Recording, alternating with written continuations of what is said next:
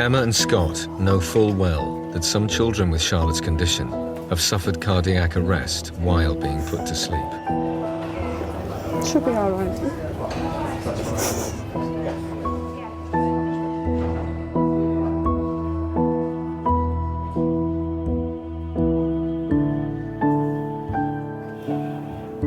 Bit scary, I suppose. First time it being done. To try a fight with him, which is just like Charlotte, but I suppose it takes hold, doesn't it? And she just finally went to sleep.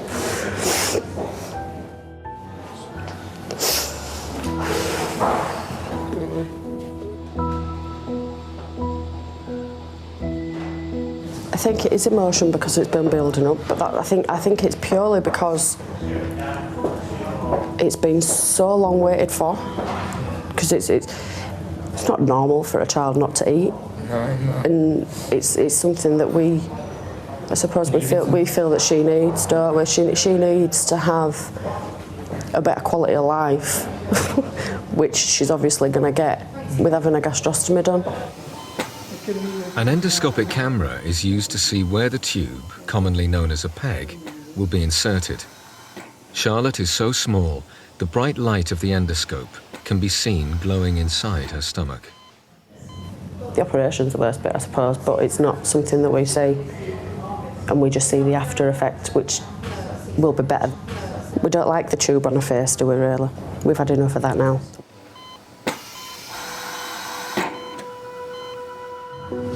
It's just really scary.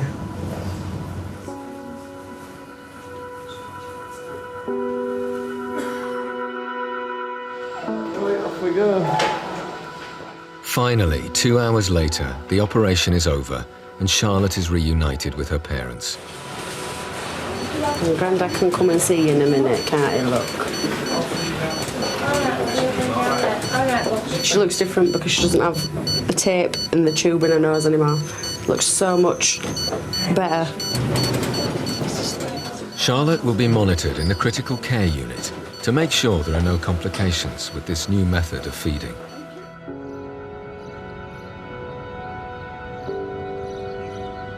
But just 48 hours later, Charlotte's health deteriorates.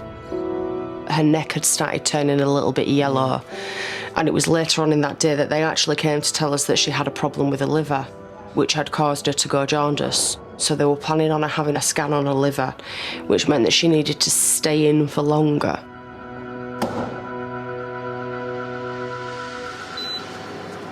The ultrasound scan reveals Charlotte has cysts on the bile ducts in her liver. Known as Caroli disease, this congenital condition is sometimes found in children with one of the rarest types of primordial dwarfism. This is the liver here, and then these are the black bits are the sort of fluid-containing structures. Scott and Emma have a meeting with Dr. McLean, a consultant paediatrician who specialises in diseases of the liver. I think because it's affecting the whole liver, we aren't going to be able to do anything about it surgically. Yeah. What we would do at the moment is just try to maintain as good of a flow of bile out of the liver as we can. Right. Because the main problem we have with this is getting infection. And if that goes on happening and keeps happening, it can cause ultimately damage to the liver. Thanks very much. Thank you, bye. This is devastating news for Scott and Emma. Liver cysts are a symptom of the form of primordial dwarfism with the shortest life expectancy, type 1. Emma's learning to cope with the fact that her daughter's health problems are genetic. I felt that it could have been my fault. But then on the other hand, I sat there and thought, well, if it is a genetic condition, it is my fault why she is like she is. But I didn't want to put blame on myself, because if you put blame on yourself, you're then going to feel guilty, and then you're going to sit there and ponder on it, and you'll never be able to get on with life and enjoy the child like you should. Charlotte will be on medication for the rest of her life to prevent her liver becoming infected.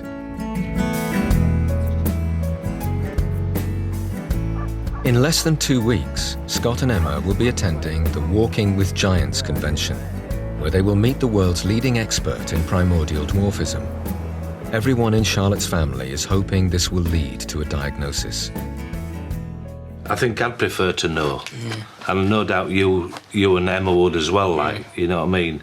Once you find out what type it is, then you can start doing stuff about it, I think. Attending the convention will be an opportunity for Scott, Emma and the girls to meet other children like Charlotte and their families. Could this give them an insight into what the future may hold for Charlotte? Charlotte Garside is nearly 2, but she only weighs just over 7 pounds. That's 21 pounds less than an average girl her age. At 22 inches tall, she's half the height she should be. Charlotte has an undiagnosed form of the genetic condition primordial dwarfism, and her parents are desperate to find out which type she has.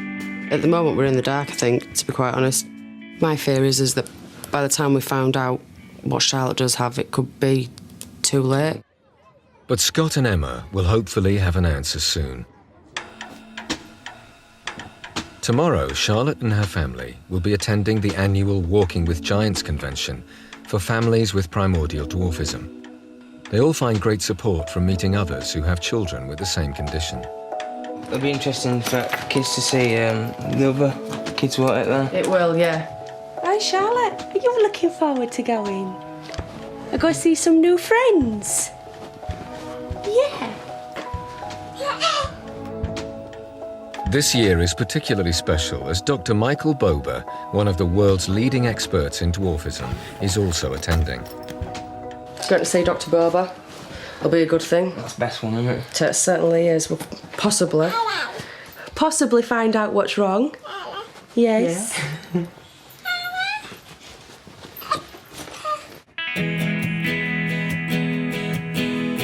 Families from all over Europe have descended upon Liverpool for the Walking with Giants convention.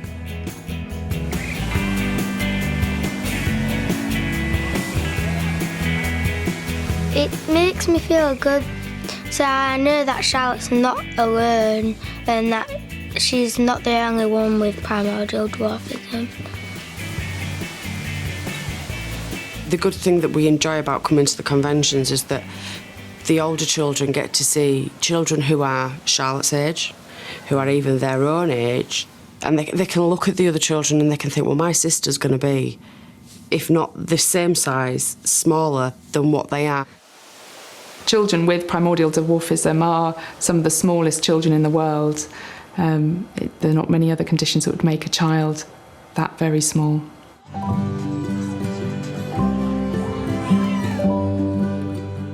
Most of the children here with primordial dwarfism have siblings of average stature. Alex is 4, but he's only as tall as the average 2-year-old. His older sister Jess finds meeting the other families very therapeutic. I really like coming to conventions like this because I get to talk to other people about how I feel.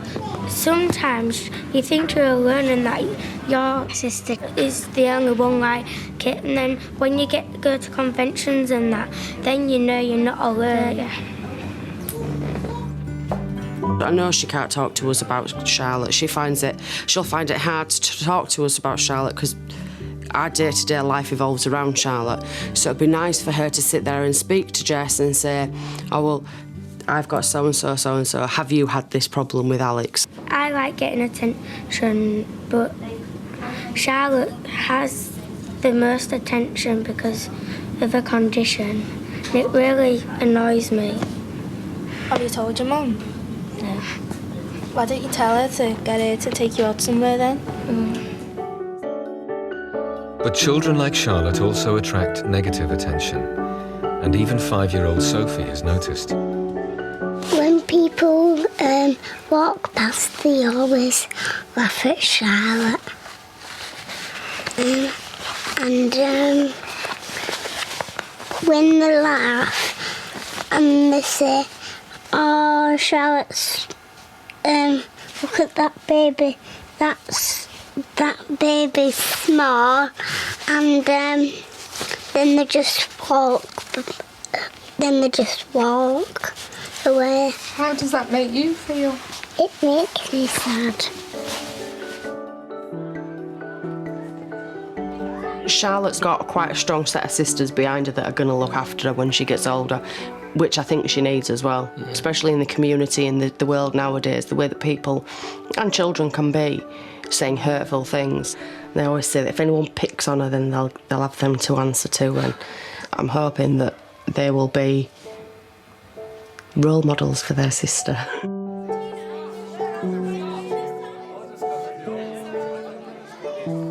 It's nice to know what other families have experienced with their children growing up, because at the moment, with Charlotte being nearly 2 years old, all she can do is sit up.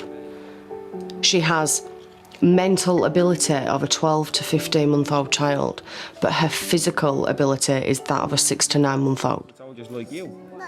Scott has become friends with Robbie. His son Liam, unlike most children with the condition, has never had a problem eating. But although he's only 5, Liam knows that some of his friends have to be fed differently. What's this then, Charlotte? What's this for? What's that? And what's the tube for? So she gets your fingers out of your mouth. Yeah, so that tube goes inside the belly and she gets her dinner. Yeah? Yeah, well, is this your dinner? No, you had your dinner, you don't eat your fingers then, do you?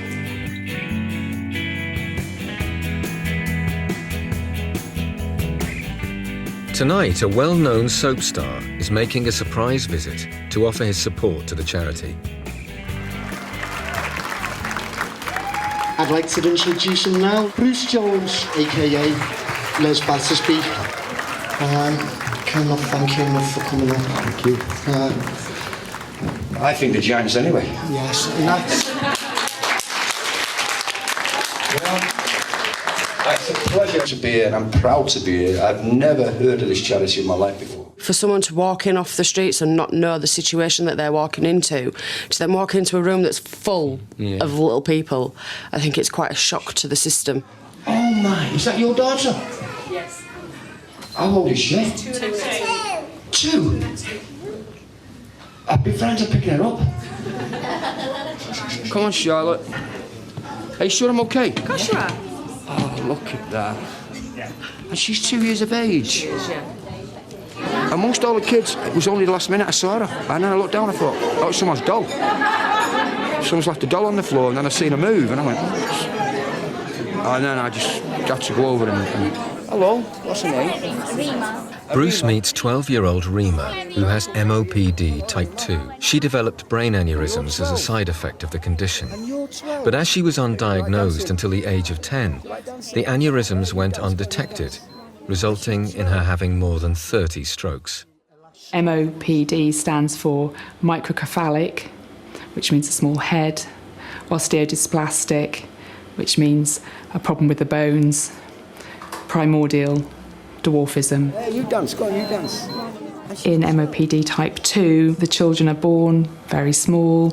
Also, those children are thought to have the vascular problems in the brain and therefore at risk of the brain hemorrhages. They couldn't diagnose till she turned 10. They found out she was MOPD type 2. When Rima had her first stroke, she was the same age as Charlotte is now. Most of her brain is damaged now from all the strokes she had.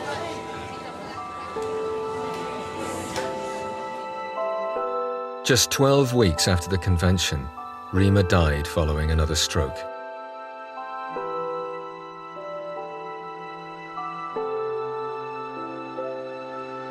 Scott and Emma are desperate for a diagnosis for their daughter, as she may have the same condition and be at risk of having a stroke.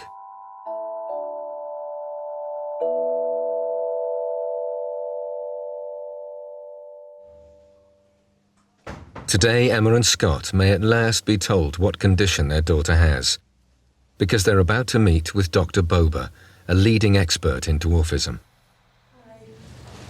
Hey there. How you doing? Not too bad. Mike Bober, hi. Hi. Hi. And this must be Miss Charlotte, huh? It is. Because Dr. Boba's one of the leading specialists in the world. So I've just woke up. Lucky her. Oh.